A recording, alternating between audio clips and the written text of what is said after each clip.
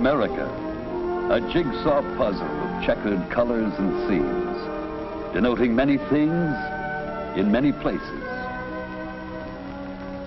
In most regions, it means the comforts of civilization, of modern homes, of shiny cars on smooth highways, of fancy stores in noisy city canyons. But there are quiet, lonely canyons in America, too. The gorges of northern Arizona and New Mexico that cut across the vast, empty tablelands. A region that molds life into primitive simplicity. In this country of canyons and of plains live a proud and aristocratic people, the Navajos. An ancient race who called themselves the people.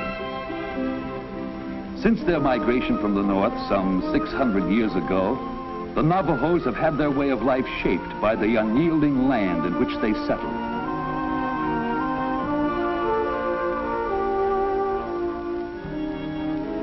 Theirs is a land not man-made, but one etched by time, with wind and weather for tools.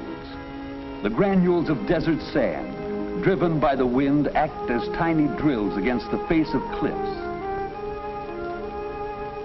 They wear away the softer layers of rock. These crevices fill with snow in the winter months. As the snow freezes, it expands and forces the rocks apart to split the crevices deeper. When the snow melts in the spring, or after summer showers later, the runoff water seeks the cracks and wears into the stone. In time, sections loosen and fall away. And through the ages, erosion carves the cliffs.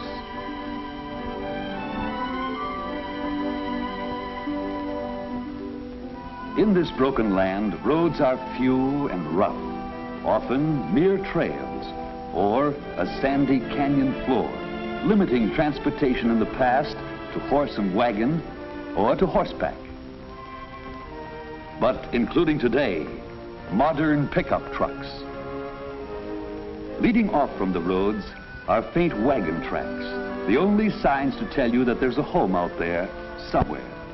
It's hard to distinguish the houses, for round and squat as beehives, they melt right into the landscape.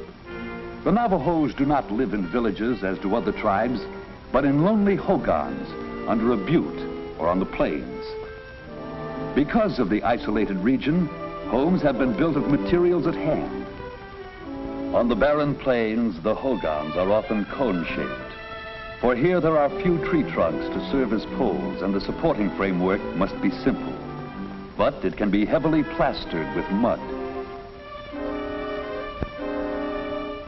Often the homes on the windswept mesas may have the door protected by a vestibule, a covered approach to keep out the snow and rain and the eternal sand. This door, one of the two openings in any hogan, always faces to the east.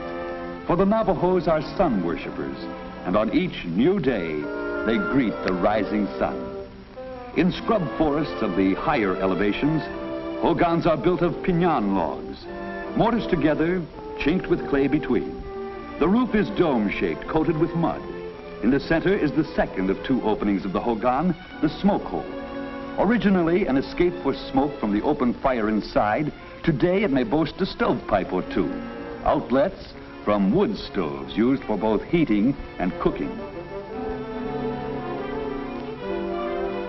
Inside, the logs of the roof are laid one on the other to form an inverted cone.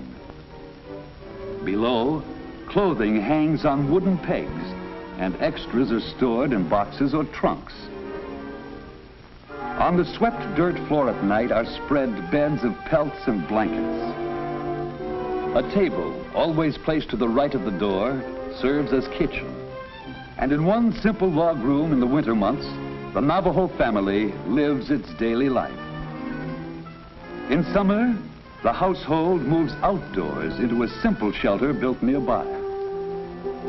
A framework of poles enclosed by brush, or perhaps only topped by a layer of branches, these sunshades are set up for hot weather comfort.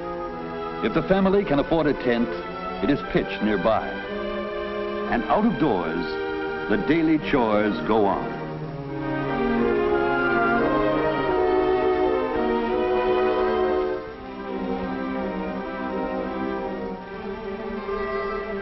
Tents and shelters are used in the summer sheep camps. For the Navajos are shepherds, an economy determined by the dry land. The first sheep were taken from the Spaniards in New Mexico in the 1600s. In the centuries since then, the animals have become well suited to this land of little forage and water. They provide easily butchered meat for the family. There are lambs to sell in the fall and wool in the spring for the trader. For then, the sheep are sheared by the women, the owners of the flocks. As each fleece rolls off, the long fibered wool is put aside for their own fine weaving. The rest is dropped into long burlap bags hung inside scaffolds. It'll be packed down by stamping feet, the packer almost hidden in the depths. But as more wool is added, he finally emerges at the top. These bags may be tightly stuffed to a weight of 300 pounds or more. Then by pickup or wagon, it is off to the trading post to be weighed and inspected by the trader. And after his purchase, to be reloaded with other bags for a truck ride to resale in the cities of the outside world.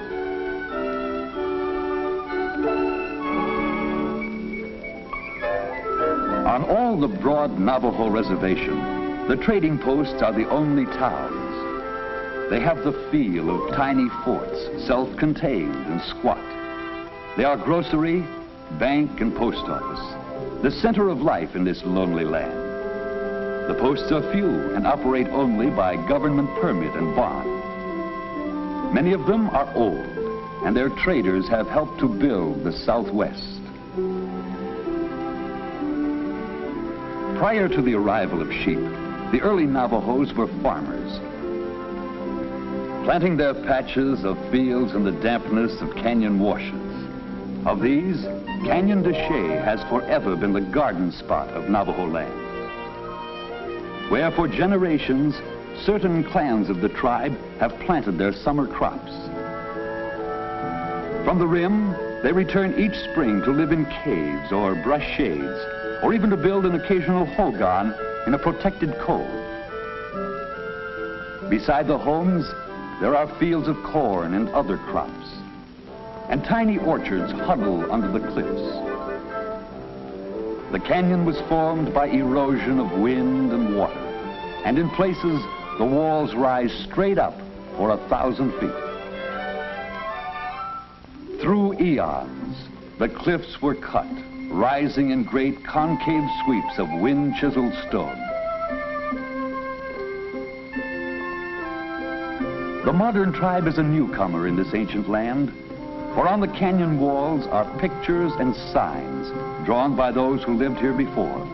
Petroglyphs, primitive figures cut by early artists. Their only tablet, the stone cliff walls. Their pen, a small, sharp rock. With these, they etched a record of the things they saw. Nearby are their dwellings. Hunched on great shelves on the North Canyon wall sit the stone houses of the really ancient ones, the Pueblo people of prehistoric times. Several hundred separate ruins have been left by these people, records of their history forged in the centuries between 300 and 1300 AD. And history has been shaped here for the more recent people, the Navajos, for to many it was the beginning of the tragic Long Walk. In the winter of 1863-64, the last remnants of the tribe fled to this stronghold to escape capture by Kit Carson's men, sent to subdue them. The people hid in the rocky clefts, half frozen and hungry. warriors scaled the walls using natural toe holds in the rock, or used steps begun by the ancient ones and worn deep through the centuries. By these, they swung up the walls and over the rim, hoping for safety above, only to be caught and walked 300 frozen miles to captivity. Up on the canyon rim is a symbol of man's need in this stern land. It seems to be only a pile of stones, but it has been built slowly by generations. For here, a Navajo will stop before going on any journey. A twig is broken from a nearby juniper tree to be deposited on the pile. Then a stone is placed to hold it down against the wind. And a silent prayer is said for safety and good luck. Through the years, Navajo hands have built this ancient wishing pile, and Navajo hearts have given thanks and have made wishes that life might be easier in the harsh land that is their home. This golden country of canyons and of sand. One colorful segment of the jigsaw that is America today.